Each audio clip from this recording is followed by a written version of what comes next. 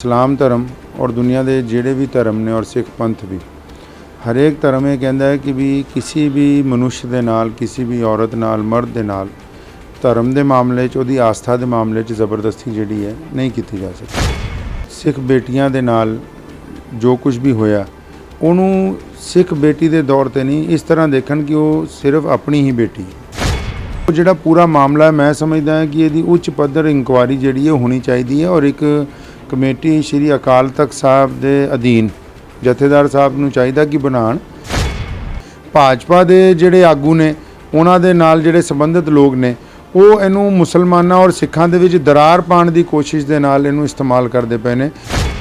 Sandhu border के उत्ते जाके जिहड़ी एक नवीं रीत और रिवायत कायम की है वो हाकमां नूं जिहड़ी है वो बर्दाश्त नहीं हो रही। इसलिए जिहड़ा भी कोई ऐसा मसला हुंदा है उन्होंने वो इस तरीके नाल चकना चाहुंदे ने कि जिहदे नाल ये पता लगे कि नहीं जी ये मुसलमान और सिखां दे विच जिहड़ा तफरका हो गया। किसी भी कौम का लीडर जिहड़ा है वो चाहता है कि मैं जरा फायर ब्रांड लीडर बन जावां तो फिर वो वड्डियां वड्डियां गल्लां बेबुनियाद करदा। सिरसा साहब नूं भी मैं उन्हां चों एक ही मानदा हां। जिथे भी धक्का होया तो उत्थे कार्रवाई करनी तो कुदरती गल भी बनती तां इंसाफ मिलेगा ना।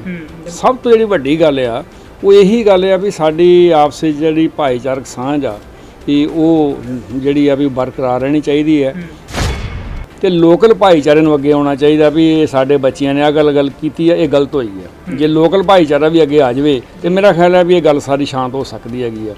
लोकल भाईचारे नूं भी ये गल मननी चाहिए है भी इत्थे धक्का होया तो धक्का जिहड़ा भी इहदा इंसाफ मिलना चाहिए। ਜਦੋਂ ਵੀ ਇਲੈਕਸ਼ਨ ਆਉਂਦੀ ਹੈ ਤੇ ਸਾਡੇ ਕਿਸੇ ਨਾ ਕਿਸੇ ਘੱਟ ਗਿਣਤੀ ਅਤਿਆਚਾਰ ਹੁੰਦੇ ਨੇ ਤੇ ਸਰਕਾਰ ਉਹਦੇ ਵਿੱਚੋਂ ਨਿਕਲਦੀ ਹੈ ਤੇ ਉਹੋ ਜਿਹਾ ਹੀ ਕੁਝ ਨਜ਼ਰ ਆ ਰਿਹਾ ਹੈ। ਸਤਿ ਸ਼੍ਰੀ ਅਕਾਲ ਜੀ, ਮੈਂ ਹਾਂ ਸੁਖ ਗਿੱਲ। ਅੱਜ ਅਸੀਂ ਜਾਮਾ ਮਸਜਿਦ ਦੇ ਵਿੱਚ ਮੌਜੂਦ ਹਾਂ ਜਿੱਥੇ ਕਿ ਮੁਸਲਿਮ ਭਾਈਚਾਰੇ ਵੱਲੋਂ ਔਰ ਸਿੱਖ ਆਗੂਆਂ ਵੱਲੋਂ ਇੱਕ ਸਾਂਝੀ ਮੀਟਿੰਗ ਕੀਤੀ ਗਈ ਆ। ਵਿਚਾਰ ਉਹਦੇ ਵਿੱਚ ਇਹ ਹੋਇਆ ਕਿ ਜਿਹੜੀਆਂ ਕਸ਼ਮੀਰ ਦੇ ਵਿੱਚ ਸਿੱਖ ਲੜਕੀਆਂ ਦਾ ਮਾਮਲਾ ਜਿਹੜਾ ਭਖਿਆ ਹੋਇਆ ਉਹਦੇ ਤੇ ਆਪਾਂ ਗੱਲਬਾਤ ਕਰਨ ਵਾਸਤੇ ਮੌਜੂਦ ਹਾਂ। ਆਪਾਂ ਗੱਲਬਾਤ ਕਰਦੇ ਹਾਂ। ਸਰ ਸਭ ਤੋਂ ਪਹਿਲਾਂ ਸਵਾਗਤ ਹੈ ਤੁਹਾਡਾ। हाँ बिस्मिल्लाहिर्रहमानिर्रहीम शुक्रिया। ਸਰ ਜਿਹੜਾ ਕਸ਼ਮੀਰ ਦੇ ਵਿੱਚ ਜਿਹੜਾ ਮੁੱਦਾ ਇਸ ਟਾਈਮ ਭਖਿਆ ਹੋਇਆ ਕਿ ਸਿੱਖ ਲੜਕੀਆਂ ਦੇ ਨਾਲ ਜ਼ਬਰਦਸਤੀ ਉਹਨਾਂ ਦਾ ਨਿਕਾਹ ਕੀਤਾ ਗਿਆ, ਧਰਮ ਪਰਿਵਰਤਨ ਕਰਵਾਇਆ ਗਿਆ, ਉਹਦੇ ਤੇ ਕੀ ਕਹਿਣਾ ਤੁਹਾਡਾ? ਅੱਜ ਅਸੀਂ ਲੁਧਿਆਣਾ ਜਾਮਾ ਮਸਜਿਦ ਵਿੱਚ ਬੈਠੇ ਹਾਂ ਤੇ ਅਲੱਗ-ਅਲੱਗ ਸਿੱਖ ਜਥੇਬੰਦੀਆਂ ਔਰ ਪ੍ਰਿੰਸੀਪਲ ਸਾਹਿਬ ਜਿਹੜੇ ਨੇ ਉਹ ਤਸ਼ਰੀਫ ਲਿਆਏ ਨੇ ਜਾਮਾ ਮਸਜਿਦ ਤੇ बड़े शाह इमाम साहब नाल भी इस विषय के उत्ते चर्चा हुई है। पहली गल तो ये कि इस्लाम धर्म और दुनिया के जोड़े भी धर्म ने और सिख पंथ भी हरेक धर्म ये कहता है कि भी किसी भी मनुष्य के नाल किसी भी औरत नाल मर्द के नाल धर्म के मामले उहदी आस्था के मामले जबरदस्ती जिहड़ी है नहीं की जा सकती। तो मैं कश्मीर के जोड़े भी लोग और उत्थे दे मुसलमान ने उन्होंने ये भी कहना चाहुंदा कि सिख बेटियां दे नाल जो कुछ भी होया उन्होंने सिख बेटी के दौर पर नहीं इस तरह देखन कि वो सिर्फ अपनी ही बेटी है। क्योंकि जिहड़ी धी हुंदी है बेटी हुंदी है वो कोई वंडी नहीं हुंदी। हज़रत मुहम्मद साहब सल्लल्लाहु अलैहि वसल्लम नूं एक मौके ते उन्हां दे एक सहाबी ने कहा सी कि या रसूल अल्लाह वो जिहड़ी बेटी आ रही है सामने वो दुश्मन की बेटी है। तो अल्लाह दे नबी सल्लल्लाहु अलैहि वसल्लम ने उन्होंने डांटते हुए फरमाया नहीं कि बेटी जिहड़ी है सिर्फ बेटी हुंदी है वो अपनी या दुश्मन की नहीं हुंदी। तो मुसलमानों का तो सिखां का और सिख पंथ का तो 500 साल का रिश्ता धन धन गुरु नानक देव जी तो कायम है।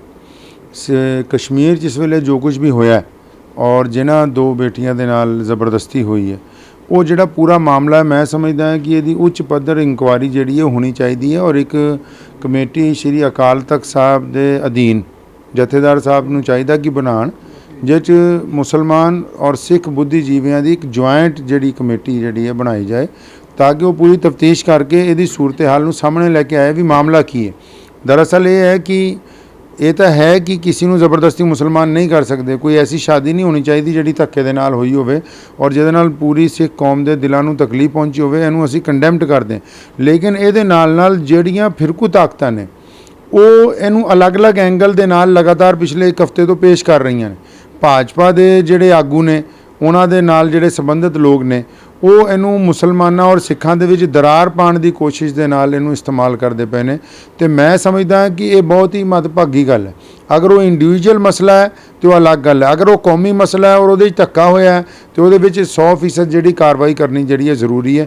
ਲੇਕਿਨ ਇਹਨਾਂ ਦੇ ਨਾਲ ਉਹਨਾਂ ਲੋਕਾਂ ਦੇ ਖਿਲਾਫ ਵੀ ਬਿਲਕੁਲ ਆਵਾਜ਼ ਉੱਠਣੀ ਚਾਹੀਦੀ ਹੈ ਜਿਹੜਾ ਕਿ ਇਸ ਨਾਮ ਨੂੰ ਲੈ ਕੇ ਪੂਰੀ ਦੁਨੀਆ 'ਚ ਮੁਸਲਮਾਨਾਂ ਔਰ ਸਿੱਖਾਂ ਦੇ ਦਰਮਿਆਨ ਜਿਹੜੀ ਸਾਂਝ ਹੈ ਔਰ ਜਿਹੜੀ ਕਿ ਪਿਛਲੇ ਕੁਝ ਸਾਲਾਂ ਤੋਂ ਜਿਸ ਸਾਂਝ ਦੇ ਵਿੱਚ ਇੱਕ ਨਵੀਂ ਉਛਾਲ ਆਈ ਹੈ ਸ੍ਰੀ ਕਰਤਾਰਪੁਰ ਸਾਹਿਬ ਗੁਰਦੁਆਰਾ ਸਾਹਿਬ ਦੀ ਦਰਸ਼ਨਾਂ ਤੋਂ ਬਾਅਦ ਔਰ ਉਹ ਤੋਂ ਬਾਅਦ ਕਿਸਾਨ ਅੰਦੋਲਨ 'ਚ ਪੂਰੇ ਭਾਰਤ ਦੇ ਵਿੱਚ ਜਿਸ ਤਰ੍ਹਾਂ ਸਮੂਹ ਧਰਮਾਂ ਦੇ ਲੋਕ, ਇਕੱਲੇ ਸਿੱਖ ਨਹੀਂ, ਸਿੱਖਾਂ ਨੇ ਮੁਸਲਮਾਨਾਂ ਨੂੰ, ਦਲਿਤਾਂ ਨੂੰ, ਹਿੰਦੂ ਭਰਾਵਾਂ ਨੂੰ, ਈਸਾਈਆਂ ਨੂੰ, ਸਾਰੀਆਂ ਕੌਮਾਂ ਨੂੰ ਇਕੱਠੇ ਕੀਤਾ ਤੇ ਮੈਂ ਸਮਝਦਾ ਕਿ ਪੰਜਾਬੀਆਂ ਨੇ ਸੰਘੂ ਬਾਰਡਰ ਦੇ ਉੱਤੇ ਜਾ ਕੇ ਜਿਹੜੀ ਇੱਕ ਨਵੀਂ ਰੀਤ ਔਰ ਰਿਵਾਇਤ ਕਾਇਮ ਕੀਤੀ ਹੈ ਉਹ ਹਾਕਮਾਂ ਨੂੰ ਜਿਹੜੀ ਹੈ ਉਹ ਬਰਦਾਸ਼ਤ ਨਹੀਂ ਹੋ ਰਹੀ। ਇਸ ਲਈ ਜਿਹੜਾ ਵੀ ਕੋਈ ਐਸਾ ਮਸਲਾ ਹੁੰਦਾ ਹੈ ਉਹਨੂੰ ਉਹ ਇਸ ਤਰੀਕੇ ਨਾਲ ਚੱਕਣਾ ਚਾਹੁੰਦੇ ਨੇ ਕਿ ਜਿਹਦੇ ਨਾਲ ਇਹ ਪਤਾ ਲੱਗੇ ਕਿ ਨਹੀਂ ਜੀ ਇਹ ਮੁਸਲਮਾਨ ਔਰ ਸਿੱਖਾਂ ਦੇ ਵਿੱਚ ਜਿਹੜਾ ਤਫਰਕਾ ਹੋ ਗਿਆ ਤੇ ਐਸੀ ਮੈਂ ਕਹਿੰਦਾ ਕਿ ਕੋਈ ਗੱਲ ਨਹੀਂ ਹੈ। ਔਰ ਜਿਹੜੇ ਲੋਕ ਮੁਲਜ਼ਮ ਨੇ ਜਿਨ੍ਹਾਂ ਨੇ ਧੱਕਾ ਕੀਤਾ ਉਹਨਾਂ ਦੇ ਬਿਲਕੁਲ ਖਿਲਾਫ ਕਾਰਵਾਈ ਹੋਣੀ ਚਾਹੀਦੀ ਹੈ, ਮੁਕੱਦਮਾ ਦਰਜ ਹੋਣਾ ਚਾਹੀਦਾ ਔਰ ਮੁਕਾਮੀ ਅਦਾਲਤ ਨੂੰ ਚਾਹੀਦਾ ਹੈ ਕਿ ਉਹ ਮਾਂ-ਬਾਪ ਨੂੰ ਇਨਸਾਫ ਦੇਣ। ਸਰ, ਮਨਮੀਤ ਕੌਰ ਜਿਹੜੀ ਲੜਕੀ ਆ ਉਹਦੀ ਸਿਸਟਰ ਦਾ ਅੱਜ ਇੱਕ ਬਿਆਨ ਆਇਆ, ਉਹ ਕਹਿੰਦੀ ਵੀ ਸਾਡੇ ਨਾਲ ਕਿਸੇ ਕਿਸਮ ਦਾ ਧੱਕਾ ਨਹੀਂ ਹੋਇਆ, ਅਸੀਂ ਆਪਣੀ ਮਰਜ਼ੀ ਨਾਲ ਆਪਣੇ ਹਮਸਫਰ ਨਾਲ ਮੈਰਿਜ ਕਰਵਾਈ ਆ, ਇਹਦੇ ਵਿੱਚ ਮਤਲਬ ਕਿਸੇ ਨੇ ਸਾਡੇ ਨਾਲ ਧੱਕਾ ਨਹੀਂ ਕੀਤਾ। ਉਹਦੇ ਤੇ ਇੱਦਾਂ ਹੈ ਕਿ ਜਿਹੜੀਆਂ ਇੰਟਰਕਾਸਟ ਮੈਰਿਜਾਂ ਹੈ ਬਹੁਤ ਸਾਰੀ ਮੁਸਲਮਾਨਾਂ ਦੀਆਂ ਲੜਕੀਆਂ ਉਹ ਦੂਸਰੀ ਕੌਮਾਂ ਦੇ ਵਿੱਚ ਸ਼ਾਦੀਆਂ ਹੋਈਆਂ, ਬਹੁਤ ਸਾਰੀ ਦੂਸਰੀ ਕੌਮਾਂ ਦੀਆਂ ਲੜਕੀਆਂ ਕਿਸੇ ਵੀ ਧਰਮ ਦੀਆਂ, ਇਕੱਲੇ ਮੁਸਲਮਾਨ ਹੀ ਨਹੀਂ, ਚਾਹੇ ਉਹ ਹਿੰਦੂ ਹੋਣ, ਸਿੱਖ ਹੋਣ, ਈਸਾਈ ਹੋਣ, ਜਿਊਜ਼ ਹੋਣ, ਤੁਸੀਂ ਅਲੱਗ-ਅਲੱਗ ਕੌਮਾਂ ਨੂੰ ਦੇਖੋਗੇ। ਇਸ ਲਈ ਇਹ ਜਿਹੜੇ ਬਿਆਨ ਆ ਰਹੇ ਸੋਸ਼ਲ ਮੀਡੀਆ ਤੇ, ਪਹਿਲੀ ਗੱਲ ਤਾਂ ਇਹ ਮੈਂ ਸਮੂਹ ਲੋਕਾਂ ਨੂੰ ਇਹ ਕਹਿਣਾ ਚਾਹੁੰਦਾ ਕਿ ਜਦੋਂ ਵੀ ਕੋਈ ਸੋਸ਼ਲ ਮੀਡੀਆ ਦੇ ਉੱਤੇ ਬਿਆਨ ਆਉਂਦਾ ਉਹਦੇ ਸੋਰਸ ਨੂੰ ਚੈੱਕ ਕਰੋ ਵੀ ਆਥੈਂਟਿਕ ਹੈ ਕਿ ਨਹੀਂ ਹੈ। ਕੁਰਾਨ ਸ਼ਰੀਫ 'ਚ ਹੈ ਕਿ ਜਦ ਕੋਈ ਖਬਰ ਦੇਣ ਜਾਵੇ, ਖਬਰ ਦੇ ਕੇ ਆਵੇ ਤੇ ਖਬਰ ਦੇ ਪਿੱਛੇ ਨਾ ਭੱਜੋ। ਅੱਲਾਹ ਤਾਲਾ ਫਰਮਾਉਂਦੇ ਹੈ ਕਿ ਪਹਿਲਾਂ ਖਬਰ ਦੇਣ ਵਾਲੇ ਦੀ ਵੀ ਤਸਦੀਕ ਕਰੋ ਵੀ ਇਹ ਬੰਦਾ ਕਿੱਦਾਂ ਦਾ ਹੈ, ਜਿਹੜਾ ਤੁਹਾਡੇ ਤੱਕ ਸੂਚਨਾ ਪਹੁੰਚਾ ਰਿਹਾ ਹੈ ਵੀ ਇਹਦਾ ਕੀ ਮਕਸਦ ਹੈ ਔਰ ਇਹ ਸੂਚਨਾ ਦੇਣ ਵਾਲਾ ਚੰਗਾ ਬੰਦਾ ਹੈ ਕਿ ਮੰਦਾ ਹੈ। ਅਗਰ ਇਹ ਚੰਗਾ ਹੈ ਔਰ ਇਹਦਾ ਨਜ਼ਰੀਆ ਠੀਕ ਹੈ, ਤੁਹਾਨੂੰ ਫਾਇਦਾ ਪਹੁੰਚਾਉਣ ਵਾਲਾ ਹੈ ਤਾਂ ਉਹਦੇ ਪਿੱਛੇ ਭੱਜਣ ਦੀ ਲੋੜ ਹੈ। ਹੁਣ ਸੋਸ਼ਲ ਮੀਡੀਆ ਹੈ, ਕੋਈ ਵੀ ਬੰਦਾ 2 ਮਿੰਟ 'ਚ ਲਾਈਵ ਹੁੰਦਾ ਔਰ ਜੋ ਉਹਦੀ ਮਰਜ਼ੀ ਆਉਂਦੀ ਹੈ ਕਹਿ ਦਿੰਦਾ। ਫਿਰਕੂ ਲੋਕ ਜਿਹੜੇ ਇਹਨੂੰ ਲਗਾਤਾਰ ਇਸਤੇਮਾਲ ਕਰ ਰਹੇ, ਕੋਈ ਕਹਿੰਦਾ ਜੀ ਧੱਕੇ ਨਾਲ ਮੁਸਲਮਾਨ ਹੋਈਆਂ, ਕੋਈ ਕਹਿੰਦਾ ਜੀ ਆਪਣੀ ਮਰਜ਼ੀ ਨਾਲ ਹੋਈਆਂ। ਇਹੀ ਮੈਂ ਬੇਨਤੀ ਕਰਨਾ ਚਾਹੁੰਦਾ ਅਕਾਲ ਤਖਤ ਦੇ ਜਥੇਦਾਰ ਸਾਹਿਬ ਨੂੰ ਕਿ ਸਿੱਖ ਔਰ ਮੁਸਲਮਾਨ ਬੁੱਧੀਜੀਵੀਆਂ ਦੇ ਉੱਤੇ ਇੱਕ ਆਧਾਰਿਤ ਇੱਕ ਕਮੇਟੀ ਜਿਹੜੀ ਹੈ ਘੱਟੋ ਘੱਟ 11 ਮੈਂਬਰੀ ਜਾਂ 6 ਮੈਂਬਰੀ ਕਮੇਟੀ ਬਣਾ ਕੇ ਜੰਮੂ ਕਸ਼ਮੀਰ ਭੇਜੀ ਜਾਵੇ, ਦੋਨੋਂ ਪਰਿਵਾਰਾਂ ਨਾਲ ਮਿਲੇ ਔਰ ਅਗਰ ਕਿਸੇ ਨਾਲ ਧੱਕਾ ਹੋਇਆ ਹੈ ਤੇ ਉਹਦੇ ਖਿਲਾਫ ਕਾਰਵਾਈ ਕੀਤੀ ਜਾਵੇ। ਅਗਰ ਧੱਕਾ ਨਹੀਂ ਹੋਇਆ ਤੇ ਜਿਹੜੇ ਲੋਕਾਂ ਨੇ ਇਹਨੂੰ ਵਾਇਰਲ ਕਰਕੇ 2 ਕੌਮਾਂ ਦੇ ਵਿੱਚ ਲੜਾਉਣ ਦੀ ਗੱਲ ਕੀਤੀ ਹੈ ਉਸ ਸਥਿਤੀ ਨੂੰ ਜਿਹੜਾ ਸਾਫ਼ ਕਰਨਾ ਚਾਹੀਦਾ। ਇੱਕ ਲੜਕੀ ਇਹਨਾਂ ਚੋਂ ਮਨਮੀਤ ਕੌਰ ਜਿਹਦੀ ਮੈਰਿਜ ਹੋਈ ਆ ਉਹ ਅੱਜ ਦਿੱਲੀ ਪਹੁੰਚੀ ਹੋਈ ਆ। ਮਨਜਿੰਦਰ ਸਿੰਘ ਸਿਰਸਾ ਨੇ ਇੱਕ ਫੋਟੋ ਸ਼ੇਅਰ ਕੀਤੀ ਆ ਕਿ ਗੁਰਦੁਆਰਾ ਸਾਹਿਬ ਨਤਮਸਤਕ ਹੋਣ ਵਾਸਤੇ ਆਏ ਨੇ। ਤੁਹਾਨੂੰ ਕੀ ਲੱਗਦਾ ਕਿ ਜਿਹੜੇ ਇਹ ਉਂਗਲਾਂ ਲਾ ਰਹੇ ਨੇ, ਜਿਹੜੇ ਲੋਕ ਭੜਕਾ ਰਹੇ ਨੇ ਜਾਂ ਮੀਡੀਆ ਦੇ ਵਿੱਚ ਗਲਤ ਅਫਵਾਹਾਂ ਫੈਲਾ ਰਹੇ ਨੇ ਕਿ ਲੜਕੀਆਂ ਦੇ ਨਾਲ ਧੱਕਾ ਹੋਇਆ, ਜਾਣਬੁੱਝ ਕੇ ਇਹਨਾਂ ਨੂੰ ਮੁਸਲਿਮ ਬਣਾਇਆ ਜਾ ਰਿਹਾ, ਉਹਨਾਂ ਨੂੰ ਕੀ ਸਜ਼ਾ ਹੋਣੀ ਚਾਹੀਦੀ ਆ? ਦੇਖੋ ਇੱਦਾਂ ਹੈ ਕਿ ਸਾਡੇ ਇੱਕ ਰਿਵਾਜ ਹੈਗਾ ਇੱਥੇ ਸਿਆਸਤਦਾਨਾਂ ਦਾ ਕਿ ਜਦੋਂ ਕੋਈ ਇਲੈਕਸ਼ਨ ਆਉਣਾ ਹੁੰਦਾ ਜਾਂ ਜਿਸ ਵੀ ਕੋਈ ਕੌਮ ਦਾ, ਚਾਹੇ ਉਹ ਮੁਸਲਮਾਨ ਹੋਣ, ਚਾਹੇ ਉਹ ਹਿੰਦੂ ਹੋਣ, ਚਾਹੇ ਸਿੱਖ ਹੋਣ, ਈਸਾਈ ਹੋਣ, ਕਿਸੇ ਵੀ ਕੌਮ ਦਾ ਲੀਡਰ ਜਿਹੜਾ ਹੈ ਉਹ ਚਾਹੁੰਦਾ ਹੈ ਕਿ ਮੈਂ ਜ਼ਰਾ ਫਾਇਰ ਬ੍ਰਾਂਡ ਲੀਡਰ ਬਣ ਜਾਵਾਂ ਤੇ ਫਿਰ ਉਹ ਵੱਡੀਆਂ ਵੱਡੀਆਂ ਗੱਲਾਂ ਬੇਬੁਨਿਆਦ ਕਰਦਾ। ਸਿਰਸਾ ਸਾਹਿਬ ਨੂੰ ਵੀ ਮੈਂ ਉਹਨਾਂ 'ਚੋਂ ਇੱਕ ਹੀ ਮੰਨਦਾ ਕਿਉਂਕਿ ਜਦ ਵੀ ਕੋਈ ਮਸਲਾ ਹੁੰਦਾ ਹੈ ਅਗਰ ਸਾਡੀ ਨੀਅਤ ਠੀਕ ਹੋਵੇ ਤੇ ਅਸੀਂ ਸੋਚਦੇ ਹੁੰਦੇ ਹਾਂ ਕਿ ਆਪਣੀ ਕੌਮ ਦੇ ਵਕਾਰ ਨੂੰ ਬਹਾਲ ਰੱਖੀਏ। ਤੇ ਕੌਮਾਂ ਦਾ ਵਕਾਰ ਉਦੋਂ ਬਹਾਲ ਰੱਖਿਆ ਜਾਂਦਾ ਕਿ ਜਦੋਂ ਅਸੀਂ ਮਾਵਾਂ ਭੈਣਾਂ ਧੀਆਂ ਦਾ ਸਤਿਕਾਰ ਜਿਹੜਾ ਬਹਾਲ ਕਰ ਸਕੀਏ। ਔਰ ਅਗਰ ਅਸੀਂ ਇਹ ਚਾਹੁੰਦੇ ਕਿ ਨਹੀਂ ਕਿਸੇ ਦੀ ਪਰੇਸ਼ਾਨੀ ਦੇ ਉੱਤੇ ਜਾਂ ਕਿਸੇ ਦੇ ਘਰ ਦੇ ਮਸਲੇ ਦੇ ਉੱਤੇ ਪੈਰ ਰੱਖ ਕੇ ਅਸੀਂ ਉੱਚੇ ਨਜ਼ਰ ਆਈਏ ਲੋਕਾਂ ਦੇ ਵਿੱਚ ਤੇ ਉਹਨੂੰ ਮੈਂ ਮੱਧਭਾਗਾ ਸਮਝਦਾ। ਤੇ ਇਸ ਲਈ ਮੈਂ ਇਹ ਕਹਿਣਾ ਚਾਹੁੰਦਾ ਕਿ ਹਰ ਬੰਦੇ ਨੂੰ ਆਜ਼ਾਦੀ ਹੈ। ਅਗਰ ਸਾਡੀ ਸਿੱਖ ਕੌਮ ਦੀ ਉਹ ਬੇਟੀ ਅੱਜ ਉੱਥੇ ਨਮਸਤਕ ਹੋਈ ਹੈ ਤੇ ਇਹਦਾ ਮਤਲਬ ਹੈ ਕਿ ਉਹਦੇ 'ਤੇ ਕੋਈ ਐਸੀ ਜ਼ੋਰ ਜ਼ਬਰਦਸਤੀ ਨਹੀਂ ਹੈ ਕਿ ਉਹਦਾ ਮਜ਼ਹਬ ਜਿਹੜਾ ਹੈ ਤਬਦੀਲ ਕੀਤਾ ਗਿਆ। ਤੇ ਇਸ ਲਈ ਮੈਂ ਇੱਕ ਵਾਰ ਫਿਰ ਜਿਹੜੀ ਆਪਣੀ ਗੱਲ ਪਹਿਲਾਂ ਦੁਹਰਾਈ ਦੁਬਾਰਾ ਤੋਂ ਦੁਹਰਾਉਣਾ ਚਾਹੁੰਦਾ ਕਿ ਅਗਰ ਜ਼ੋਰ ਜ਼ਬਰਦਸਤੀ ਹੋਈ ਹੈ ਤੇ ਹਰ ਕੀਮਤ ਦੇ ਉੱਤੇ ਕਾਰਵਾਈ ਹੋਣੀ ਚਾਹੀਦੀ। ਮੁਲਕ ਦੇ ਦਸਤੂਰ ਦੇ ਵਿੱਚ ਮੌਜੂਦ ਹੈ ਕਿ ਕਿਸੇ ਦੇ ਨਾਲ ਅਸੀਂ ਧੱਕਾ ਨਹੀਂ ਕਰ ਸਕਦੇ, ਕਿਸੇ ਨਾਲ ਜ਼ਬਰਦਸਤੀ ਨਿਕਾਹ ਨਹੀਂ ਕਰ ਸਕਦੇ, ਕਿਸੇ ਨੂੰ ਜ਼ਬਰਦਸਤੀ ਆਪਣੇ ਧਰਮ ਦੇ ਵਿੱਚ ਨਹੀਂ ਲਿਆ ਸਕਦੇ।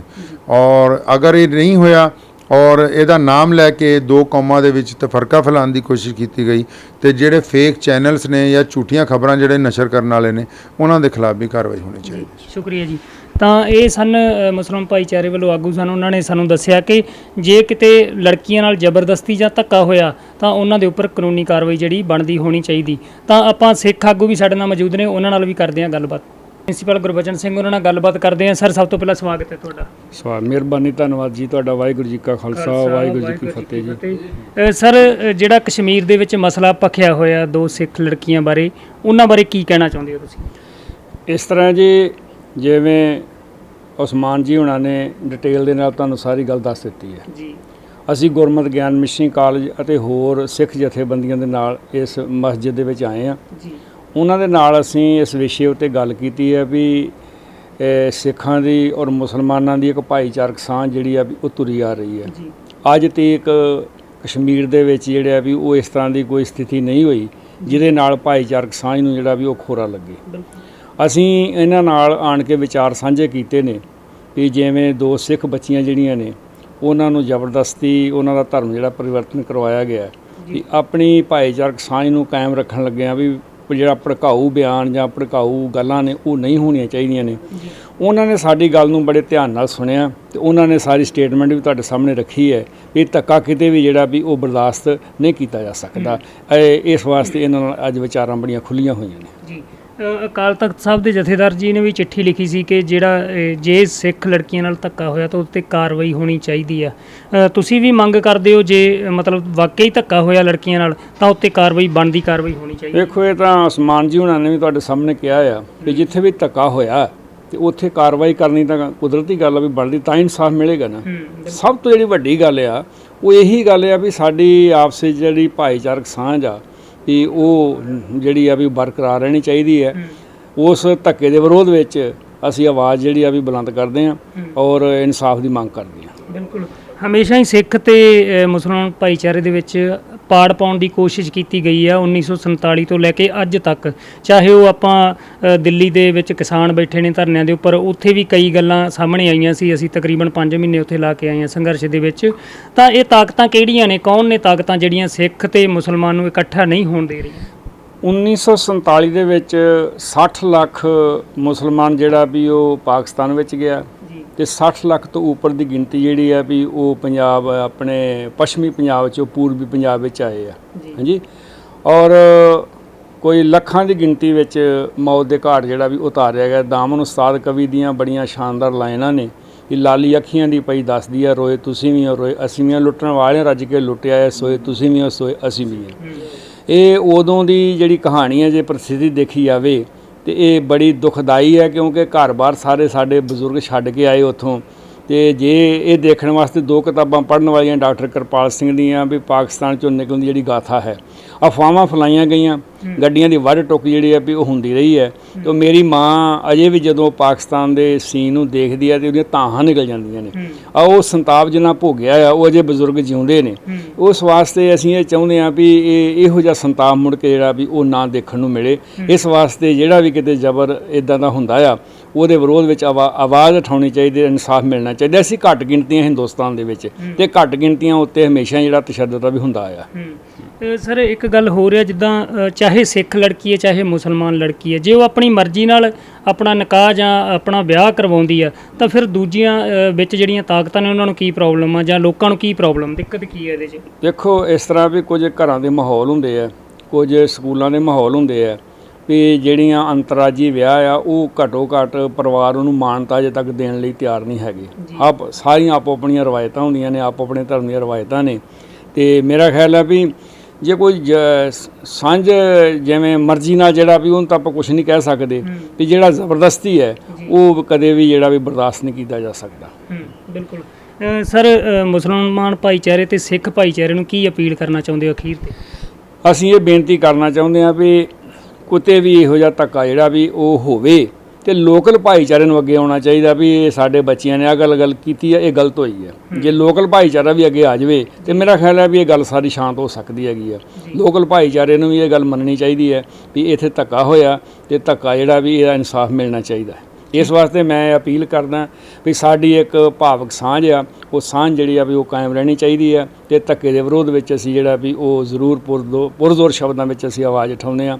ਇਹਨਾਂ ਸ਼ਬਦਾਂ ਦੇ ਨਾਲ ਅਸੀਂ ਸਾਰਿਆਂ ਦੋਨਾਂ ਕੌਮਾਂ ਨੂੰ ਬੇਨਤੀ ਕਰਦੇ ਹਾਂ ਵੀ ਇਹਨਾਂ ਮਸਲਿਆਂ ਨੂੰ ਜਿਹੜਾ ਵੀ ਉਹ ਹੱਲ ਕੀਤਾ ਜਾਵੇ, ਕਿਤੇ ਵੀ ਜ਼ਬਰਦਸਤੀ ਨਹੀਂ ਹੋਣੀ ਚਾਹੀਦੀ। ਠੀਕ ਹੈ ਜੀ। ਤਾਂ ਇਹ ਸਾਡੇ ਨਾਲ ਸਨ ਪ੍ਰਿੰਸੀਪਲ ਸਾਹਿਬ, ਜਿਨ੍ਹਾਂ ਨੇ ਕਿਹਾ ਕਿ ਚਾਹੇ ਉਹ ਸਿੱਖ ਲੜਕੀ ਹੈ, ਚਾਹੇ ਮੁਸਲਮਾਨ ਭਾਈਚਾਰੇ ਦੀ ਲੜਕੀ ਆ, ਪਰ ਕਿਸੇ ਨਾਲ ਵੀ ਜ਼ਬਰਦਸਤੀ ਕਦੇ ਵੀ ਨਹੀਂ ਹੋਣੀ ਚਾਹੀਦੀ। ਉਹਨਾਂ ਨੇ ਅਪੀਲ ਵੀ ਕੀਤੀ ਹੈ ਦੋਨਾਂ ਭਾਈਚਾਰਿਆਂ ਨੂੰ ਕਿ ਮਿਲ ਵਰਤ ਕੇ ਸਾਂਝ ਬਣਾ ਕੇ ਆਪਾਂ ਨੂੰ ਸਮਾਜ ਦੇ ਵਿੱਚ ਰਹਿਣਾ ਚਾਹੀਦਾ। ਸਾਡੇ ਨਾਲ ਹੋਰ ਵੀ ਸਿੱਖ ਆਗੂ ਮੌਜੂਦ ਨੇ, ਉਹਨਾਂ ਨਾਲ ਵੀ ਗੱਲਬਾਤ ਕਰਦੇ ਆਪਾਂ। ਸਾਡੇ ਨਾਲ ਯੂਨਾਈਟਿਡ ਸਿੱਖ ਦੇ ਆਗੂ ਨੇ ਮੌਜੂਦ, ਉਹਨਾਂ ਨਾਲ ਗੱਲਬਾਤ ਕਰਦੇ। ਸਰ, ਸਭ ਤੋਂ ਪਹਿਲਾਂ ਆਪਣਾ ਨਾਮ ਦੱਸ ਦਿਓ।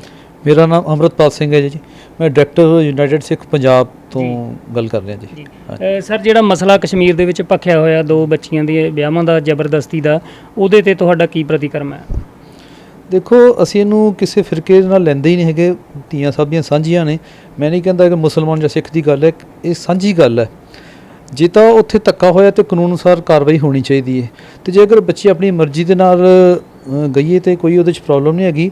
ਲੇਕਿਨ ਅਸੀਂ ਇਸ ਗੱਲ ਤੋਂ ਜ਼ਰੂਰ ਫਿਕਰਮੰਦ ਹਾਂ ਵੀ ਖਬਰਾਂ ਜਿਸ ਤਰ੍ਹਾਂ ਦੀਆਂ ਆ ਰਹੀਆਂ ਨੇ ਉਹ ਗਲਤ ਆ ਰਹੀਆਂ ਨੇ। ਪਹਿਲੇ ਖਬਰ ਆਈ ਸੀ ਵੀ ਲੜਕੀ 18 ਸਾਲ ਤੋਂ ਘੱਟ ਹੈ, ਫਿਰ ਉਹਦਾ 62 ਸਾਲ ਦੇ ਕਿਸੇ ਮੁਸਲਮਾਨ ਨਾਲ ਨਿਕਾਹ ਹੋਇਆ, ਉਹਦੀ ਫੋਟੋ ਵੀ ਬਕਾਇਦਾ ਆਈ ਹੈ।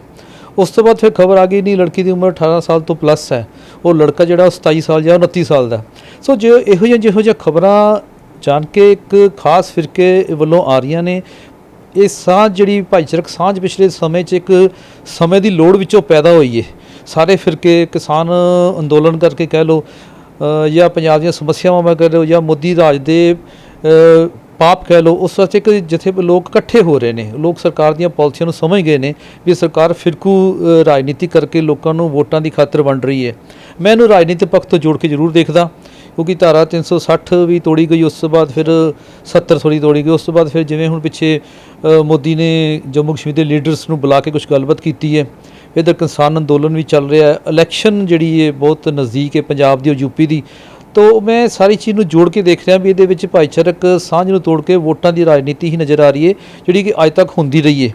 ਪਰ ਨਾਲ ਹੀ ਮੈਨੂੰ ਖੁਸ਼ੀ ਵੀ ਹੈ, ਸਪਸ਼ਟਤਾ ਵੀ ਹੈ ਵੀ ਲੋਕ ਹੁਣ ਸਮਝ ਗਏ ਨੇ, ਲੋਕ ਸਿਆਣੇ ਹੋ ਗਏ ਨੇ। ਜਿਵੇਂ ਅੱਜ ਅਸੀਂ ਇੱਥੇ ਇਮਾਮ ਸਾਹਿਬ ਕੋਲ ਆਏ ਹਾਂ ਇਹ ਗੱਲ ਲੈ ਕੇ ਵੀ ਤੁਸੀਂ ਇਸ ਭਾਈਚਾਰੇ ਨੂੰ ਬਿਲੋਂਗ ਕਰਦੇ ਹੋ, ਲੋਕਾਂ ਦੇ ਵਿੱਚ ਨਫ਼ਰਤ ਨਾ ਫੈਲੇ। ਅਸੀਂ ਉਹ ਲੋਕ ਹਾਂ ਜਿਹੜੇ ਸਮਾਜ ਦੇ ਵਿੱਚ ਜ਼ਿੰਮੇਵਾਰੀ, ਅਸੀਂ ਸਮਝਦਾ ਵੀ ਸਾਡੇ ਮੋਢਿਆਂ 'ਤੇ ਕੁਛ ਨਾ ਕੁਛ ਸਮਾਜ ਦੀ ਜ਼ਿੰਮੇਵਾਰੀ ਹੈ।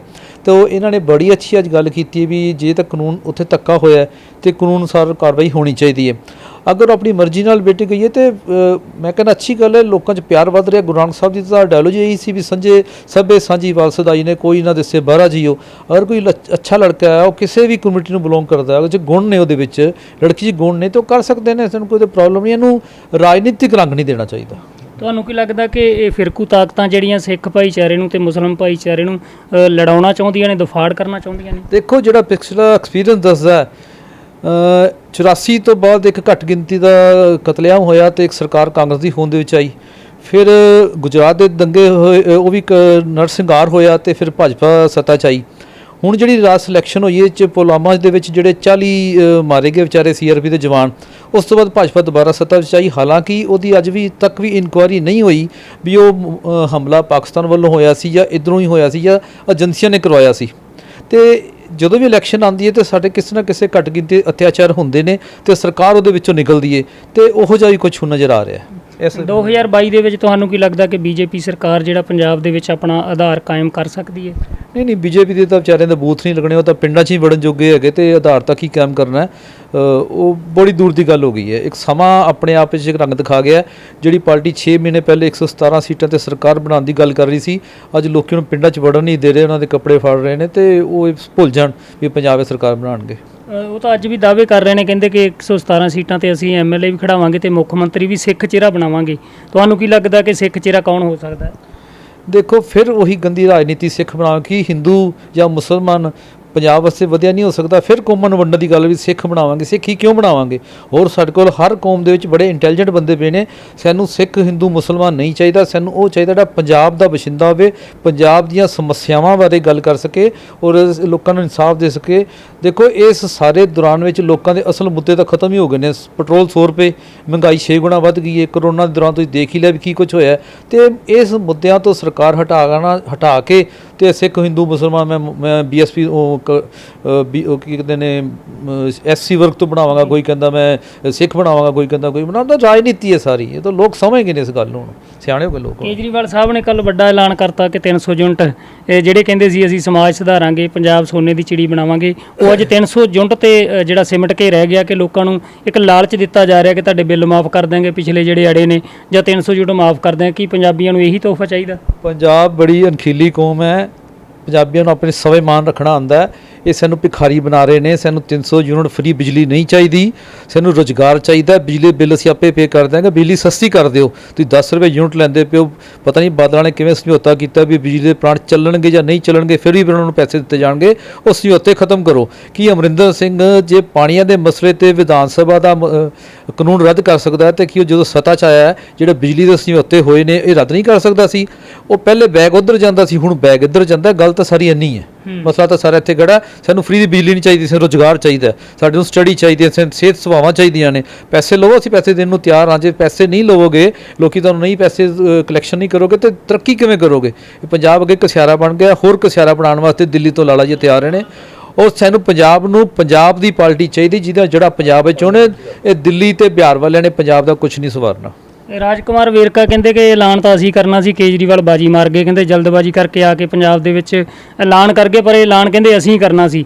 ਤੇ ਸੋਚ ਸਾਰਿਆਂ ਦੀ ਲੀਡਰਾਂ ਦੀ ਇੱਕ ਹੀ ਹੈ। ਫਿਰ ਗੇਮ ਹੀ ਖੇਡ ਰਹੇ ਨਾ ਸਾਰੇ। ਮੈਂ ਤਾਂ ਕਹਿ ਰਿਹਾ ਇਹ ਸਾਰੀਆਂ ਇਸ ਵਾਰ ਲੋਕਾਂ ਨੇ ਕਿਸੇ ਵੀ ਇਸ ਪਾਰਟੀ ਨੂੰ, ਰਵਾਇਤੀ ਪਾਰਟੀ ਨੂੰ ਮੂੰਹ ਨਹੀਂ ਲਾਣਾ।